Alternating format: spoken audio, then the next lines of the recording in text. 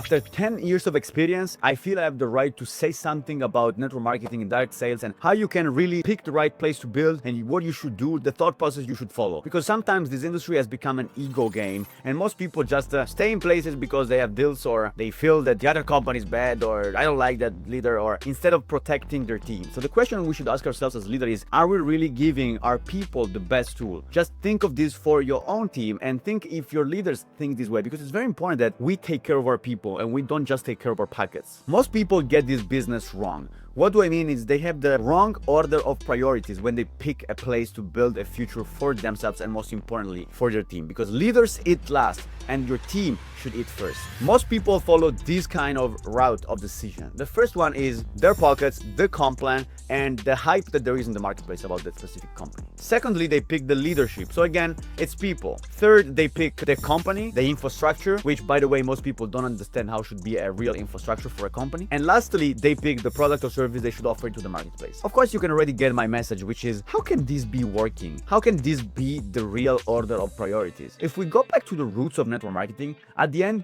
this industry is something that applies and happens when you taste something, you use a product or a service, you find amazing results with it, you just love it, you find yourself very well combining the results you get, the experience you have, the packaging and everything combined, and you want to refer it to someone else, you want to help someone else. You like something, you want to help other people like you already do, and that's why the company pays you a little commission. But when these games becomes a game of leadership and becomes a game of compensation plan, then we go in the wrong direction. Coming from product companies' experiences, I can definitely tell you that the customer base is one of the most important things. Of course, I'm not removing from the equation the leadership and the vision and the momentum. That's super important, and that's why leaders exist, to bring that thing, the extra value that the company shouldn't provide or cannot provide or whatever. But the only way to build a long-term sustainable career and income and residual money is to really put the product first. It's to go back to the root of network marketing, to ask ourselves, do I have in my company a flagship product? Do I have something that it's really the edge compared to other companies? If we focus on the service-based space, then we really see some interesting dynamics. Everyone is playing the ego game a little bit, and they're saying, my CEO is the best, my educators are the best, my platform is the best, and then my compensation plan is the best. But if you want to debunk this, you realize that educators can come and go. They can just get old, they can get bored, they can go away in another company, they can create their own product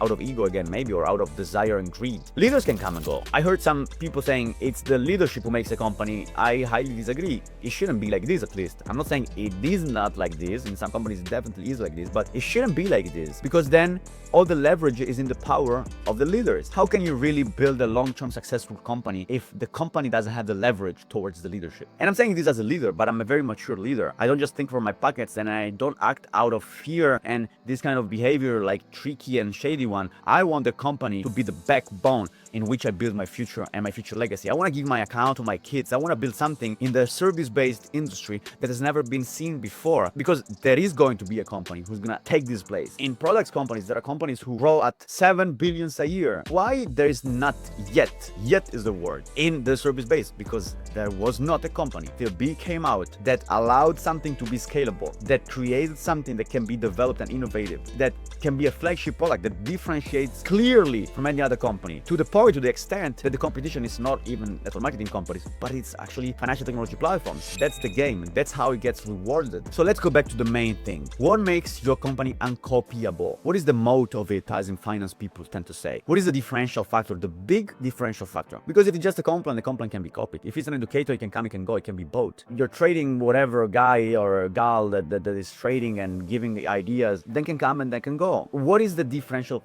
flagship product? What is going to make this company last long? What is really the single point of failure that you see every single day in your company? Because if I look at so many companies, especially in the service base, there is not even one that has a specific mode, something that is a non-single point of failure. If you really want to grow old in a company like I want to do, then the order of priorities should shift. The first one should be, what am I offering to the marketplace? Is this thing gonna always be on top of the hill? It's always gonna be the cutting edge service and products. Is the company willing to reinvest, to innovate? Do they do it, or just they talk about doing in the vision in the future? Do they white label things? Because that's a red flag. If your company is white labeling other products, and if they don't innovate and it just launch always other things to bring the hype, then you have no company. So seen and picked the first right thing, which is the product and service the company offers, then we need to go to what? To the second level, which is the company structure, which is the legality, which is the foundation of it. If your company doesn't build in places in a regular way, you shouldn't be in that company. That's a big red flag. If your company tells you when you're gonna build the volume, then we're gonna build the legality, that's not how it should work if you want to run a serious company. And then the third level should be the compensation plan and the leadership all together, let's say, the integrity of the leadership, the hunger of the leadership, the ego or non-ego of the leaders, and the comp plan. The clarity of the comp plan, the payment, the payouts, but these should be the order of priority. That's why most people in network marketing will never make it big. Why? Because they chose the wrong place to stay in, and they just stay there because unfortunately or fortunately for them, I don't know, only God will choose. They have friendships and they have deals. They can know, because I believe that they, in the next 5 years, they're gonna do. And I understand them because I can put myself in their shoes, but sometimes you really need to think, is this the best place for my people to build? And when I saw Better Experience, when I saw B, and I really digged deep because I had the possibility to choose and not just follow and not just blindly go because there was momentum and hype, then I really made the best choice of my life. Because when you see how it's built, the vision, the direction, and the practicality of things already today that are out there, and the scalable tools they've built and the rate of improvement is just unbelievable. And so I hope this video was helpful for you. Sorry for the real conversation. I always love to do this kind of conversation in person with people, and I tend to do it on and on because I like to see the blind spots of people. Unfortunately, many people will never get this message and they want to keep just chasing the money rather than chasing longevity. But that's why most people are not cut to run long term in this industry.